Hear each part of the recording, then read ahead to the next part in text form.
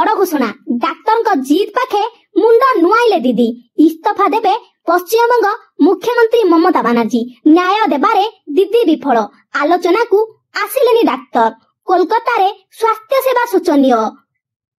आलोचना को आसिलेनी junior doctor मुंड नुआइले दीदी कहिले इस्तीफा देबाकू मु राजी कोलकाता आरजीकर मेडिकल कॉलेज बलात्कार और हत्या मामला रे मुख्यमंत्री ममता बनर्जी को मुंड नुआइबा पाई पड़िछि मासे परे भी सरकार को विरोध करथिबा जूनियर डाक्तर निज जिद रे अटल अछंती एहारी भितरे पश्चिमबंग मुख्यमंत्री ममता बनर्जी बड़ घोषणा करछंती मुख्यमंत्री पदरु इस्तीफा देबा पाई दीदी आज घोषणा करछंती जूनियर डाक्तर माने धर्मघटरे बहु दिन धरि बसिथिबा सह पीड़ितांग पाई न्याय दाबी करुछंती न्याय न मिलवा पर्यंत कार्य रे जोग देबे नाही बोली सफा सफा कहि दैछंती धर्मघट बंद करबा पाई मुख्यमंत्री ममता बनर्जी बहुत चेष्टा कले मध्य जूनियर डाक्तर माने सुनु नाहंती कथा